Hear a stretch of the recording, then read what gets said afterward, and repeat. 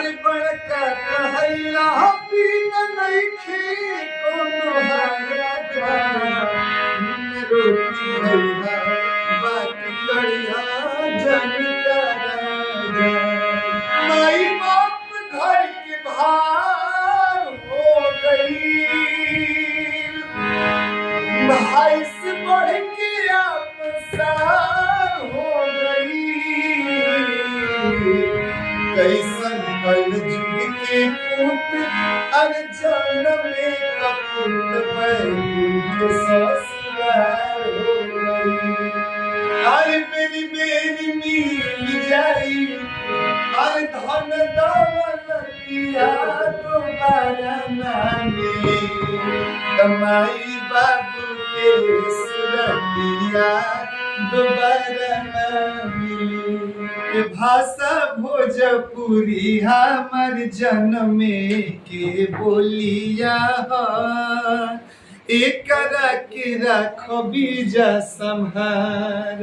नमस्कार प्रणाम। अभी हमारे साथ भोजपुरी का बेहतरीन कलाकार बेहतरीन राइटर पंकज बसकरिया जी एंड रोहित प्रधान जी है। इनका आज 100 मिलियन का कोलैबोरेशन केक काटा गया है संगम स्टूडियो में। जी हाँ, हमारे साथ सामने साक्षात रोहित प्रधान जी है।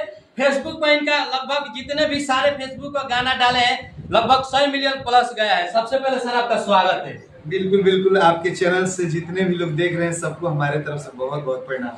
क्या कहिएगा, आज 100 मिलियन का आज केक काटे हैं, बहुत खुशी हो रहा है कि हमारे भोजपुरी अच्छा लोग सुनलन गाना, हमारे इतना प्यार आशीर्वाद देलन और ये सब बड़ा खुशी का हो सके। आप कहीं ना कहीं भरत शर्मा को, गोपाल राय जी को, विष्णु ओझा जी को, माने जितने तमाम पुराने दौर के सिंगर थे तो उनको आज टक्कर दे रहे हैं कहीं ना कहीं अच्छे गाने गाकर। टक्कर नहीं दे रहे हैं, उनसे कुछ सीख के हम पब्लिक के बीच में पेश कर रहे हैं, वही लोग प्यार दे रहे हैं, पब्लिक हमको प्यार दे रहा है, तभी कितने गाने वायरल हो रहे हैं। बचपन का दौर याद आ रहा है आपका गाना सुन के। चलिए बहुत बहुत धन्यवाद आपको, आपको अच्छा लग रहा है और तमाम श्रोता समाज को अच्छा लग रहा है। ये हमारे जिंदगी के लिए बहुत बड़ी उपलब्धि है। भोजपुरी में आप एक अलग छाप छोड़ रहे हैं, क्या बात है? तो अलग छोड़ो तभी तो चलो, मार्केट में कुछ अलग करो तभी तो पब्लिक प्यार दिया। मार्केट में हम अच्छा करने की कोशिश करनी और इतना प्यार दिला नहीं रहा था, एकदम झोला भर के आशीर्वाद मिला था। आप भोजपुरी कलाकारों को बता दे रहे हैं, अपने भाषा से समझा दे रहे हैं कहीं ना कहीं अपने गायकी के माध्यम से कि भोजपुरी में अश्लील नहीं सलील क्या है, अच्छे गाने का भी माने मार्केट में बज रहा है, उनका सुनने वाले भी आजकल भी जीवित है। देखिए हर प्लेटफॉर्म पे हर जगह पे अपन अपन श्रोता बढ़ान, अपन अपन ग्राहक बढ़ान, दुकानदार बात में तो हर प्रकार की चीज रहेगा, लेकिन हमारे सुनने वाले इतना मिलियन मिलियन में बढ़ान कि बहुत बड़ गर्व की बात बा। भोजपुरी खाती भी बा, हम रोहित प्रधान खाती भी बा और आप लोग चैनल लोग खाती भी बा कि आप सब आज अच्छा सुन के हमरा के आए बने, हमरो इंटरव्यू करके तो बहुत बहुत धन्यवाद। ये आपके विचार ख्याल में कैसे आया कि हम भोजपुरी से कुछ अलग करेंगे, कुछ अपने अलग प्रोसेंगे, जो आज से 15-20 साल पहले की गायकी का दौर था वैसे हम करेंगे, गाएंगे तो प्यार आशीर्वाद हमको मिलेगा। वैसे शुरू से ही हम अच्छा गीत गोले बने, लेकिन बीच में बहुत लोग बस कि रोहित जेने गंगा बहेली जेने धारा बहेला उन्हीं धारा बहे के चाहिए, अश्लीलता के मार्केट में तू एक दो ऐसे कुल गाओ मैटर हम बने भाई हमरा से ना गवाई, भले कतनो हमरे के रुपया मिली हम ना गा पाए। करत करत मन थोड़ा सा उदासन रह गया, आखिर क्या कह जाओ। स्टेज तो भाई हमें बहुत पहले से स्टेज प्रोग्राम ज्यादा रहेला, लेकिन बीच में हम ऐसे ही सोचनी कुछ गार्जियन ने बोलो कि रोहित कुछ अलग लकीर खींचे जो मार्केट से लुप्त हो जाता है, तो हम ओकरा के अपन एगो पेज बनानी ऊपर डाले शुरू करी। लोग इतना प्यार आशीर्वाद देलन, आज ओकर देन बाकी आज इतना व्यूज बाकी।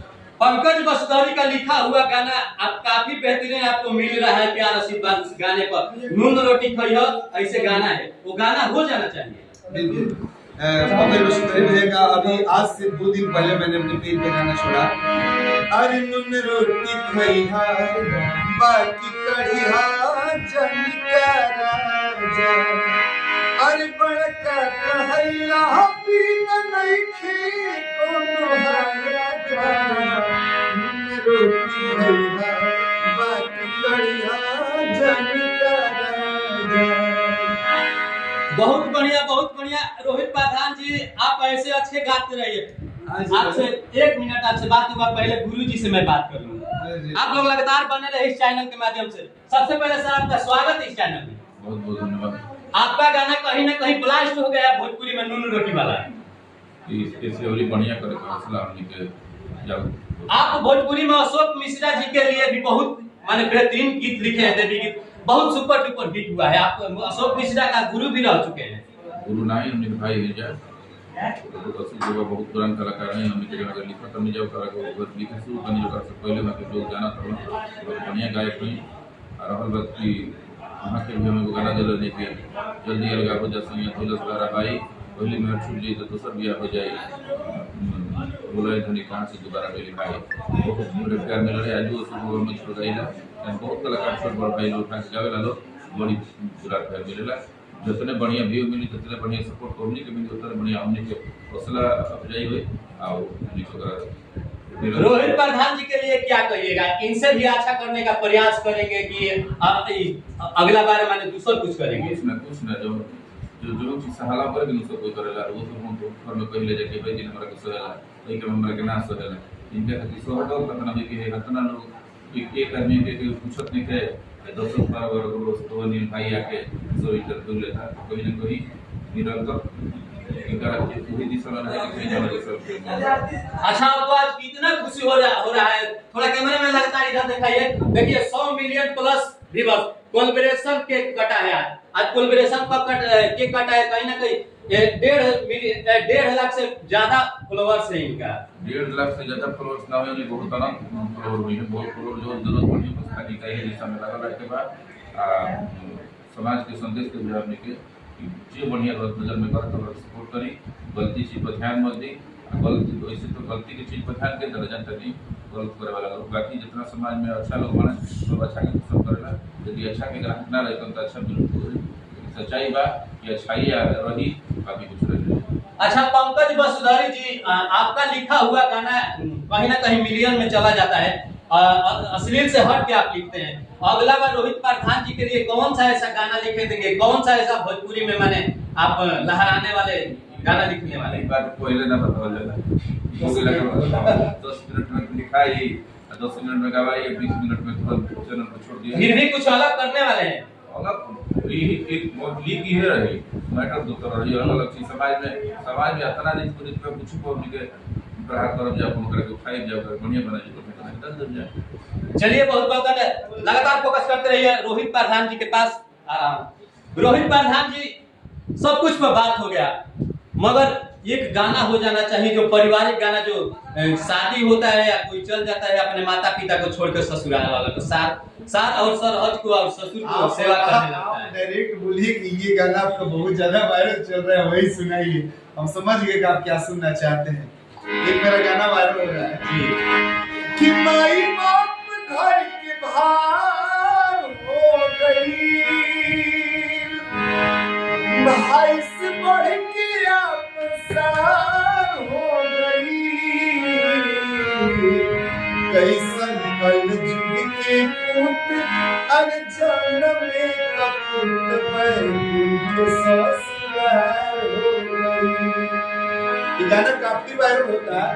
फिर एक जवाब में कौन नहीं जानते अरे मेरी मिल जाई अरे धन दौलतिया दोबारा ना मिली कमाई बाबू के सुरतिया दोबारा ना मिली।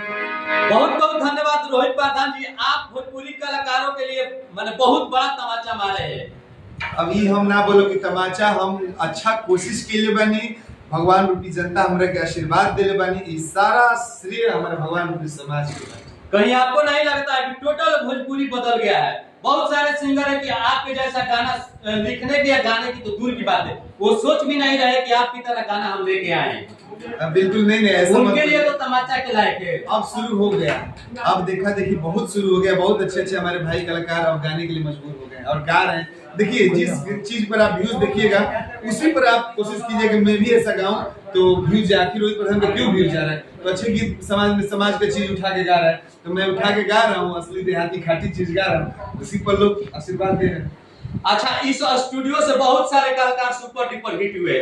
जेपी तिवारी बाबा गाछ लगाते हैं मगर फल खाने का समय आता है तो गाछ दूर हो जाता है। जेपी तिवारी उसका हमारे क्या कहिएगा? देखिए, ऐसे कलाकार नहीं करना चाहिए। जो आपके लिए सहयोग करे, मदद करे, उसको आजीवन मदद करना चाहिए, उसके प्रति प्रेम रखना चाहिए। और किसके जिंदगी में अच्छाई बुराई नहीं होता है। जेपी हमारे छोटे भाई हैं, बहुत तगड़े म्यूजिक डायरेक्टर हैं। उनकी देखरेख में हमारा लगभग लगता है कि 15 गाने मिलियन पार किए हैं। एक 20 मिलियन, 8 मिलियन, 10 मिलियन, अब याद ही नहीं पड़ता है कितना मिलियन है। जेपी तिवारी इसमें रिदम लगाए हैं, मिक्स किए हैं और तैयारी करवाते हैं। बेचारे बहुत अच्छे से बताते हैं कि आगे ये काम करना है भैया, आगे के क्या करिए। ये एक सलाह बहुत अच्छा देते हैं। जेपी बहुत अच्छे इंसान है। आप भोजपुरी में एक अलग अपना छाप छोड़ रहे हैं, कहीं ना कहीं छाप को बरकरार रखिएगा, क्योंकि भोजपुरी में अश्लील जो गा रहे हैं गायक, उनके लिए तमाचा जैसा गा रहे हैं गाना। कहीं ना कहीं भोजपुरी का आप विरोध करिए जो ऐसा कलाकार गाते हैं। देखिए, हम जो भी लोग गीत गोले बनी जाए तो तनी माजा चोटक कहा न होला है ना कि बाली कन बाली उठला लीलो पौनी पाउडर मरनी देसी किले हुआ झाड़ी के बिछवनी हो ना आइले परदेसी। तमाम हजारों की बोले बनी हम। ये उतना चटकदार नहीं है कि परिवार में भी नहीं सुना जा सके। आजकल तो लोग गा दे रहा है, इतना चटकार गा दे रहा है कि कहीं सुनने लायक नहीं रहता है। अब देखिए, अब अगर सुनत आलो गावे वाला के हम दोस्त ज्यादा ना दे, और जे जैसन बात, जे जैसन चीज के गाहक होला वैसन अपन खोज लेला। अब मान ली कि पियकर रही तो दूध के दुकानी पर थोड़े जाई, ठेके पर जाई, पता लगा ली कि कहां ठेका तो अपन जगह जगह की बात बता। अच्छा, रोहित प्रधान जी, एक बेहतरीन गाना हो जाना चाहिए जो मन को लुभा जाए सुनने के बाद। विष्णु बाबा के मैं गीत गाया था अपने पेज पर, ताकि उस गाने को भी बहुत प्यारा आशीर्वाद मिला। अरे अंगना में रोएली दुलारी धिया, दुआरा बाजता बाजा। अंगना में रोएली दुलारी धिया, दुआरा मंदिरा में सिंदूरा सजाई बिहने जय राजा। इसी टाइप का एक गीत गाया जेपी तिवारी जी, रिकॉर्ड किए और मैं और समीक्षा सिंह डुएट किए इस गाने में, जो कि 3 दिन में 20 मिलियन गाना ये गया है हमारे पेज पर। अंगना में के बोलवले बाड़ा, जानी बाई ठवले बाड़ा। काठ के कारेजा पापहु बनौले बाड़ा, बहिया धरले बाड़ा। जी बहुत बहुत धन्यवाद रोहित प्रधान जी। अगर आप जैसे कलाकार अगर भोजपुरी में 5-6 हो जाए ना, तो कहीं ना कहीं भोजपुरी से अश्लीलता दूर हो सकता है, भाग सकता है। आने वाले भी जितने सिंगर है, आपके मार्गदर्शन पर ही चलेंगे। कहीं ना कहीं आप एक भोजपुरी में अलग सा ही अपना छाप छोड़ रहे हैं, अलग सा ही पहचान बना रहे हैं। कहीं ना कहीं कहावत में कहा जाता है कि कहीं पाप होता है तो कहीं पुण्य हो जाए, तो आप भोजपुरी में एक पुण्य को स्थापित कर चुके हैं। ये कहीं हम अपने मुंह से कहने के लायक नहीं है, मगर आप जो कर रहे हैं वो अच्छे कर रहे हैं। रोहित प्रधान जी, लास्ट में क्या कहिएगा? बस लास्ट में हम ये कब की अरे भाषा भोजपुरी हमार जन्म के बोलिया एकरा के रखो बीजा संहार। ए लोगे अपना मातारी के, भोजपुरी माई के अपना मातारी के नय से गरियाई बिजार, एकरा पकर बीजा विचार। चलिए बहुत बहुत धन्यवाद। अभी आप लोग देख रहे हैं सच भारत बिहार। अगर ये इंटरव्यू आप सबके अच्छा लगे तो अपना प्यार आशीर्वाद हमको, हमारे भैया को भी, रोहित प्रधान जी को भी, और साथ में गुरुजी जो पंकज वसुधरी जी हैं, बहुत अच्छे अच्छे गीत लिखते हैं। इनका कलम से जो अपना गाना लिखते हैं तो सुपर डुपर हिट होता है। काफी समाज को प्यार आशीर्वाद मिलता है। तब तक के लिए जय हिंद।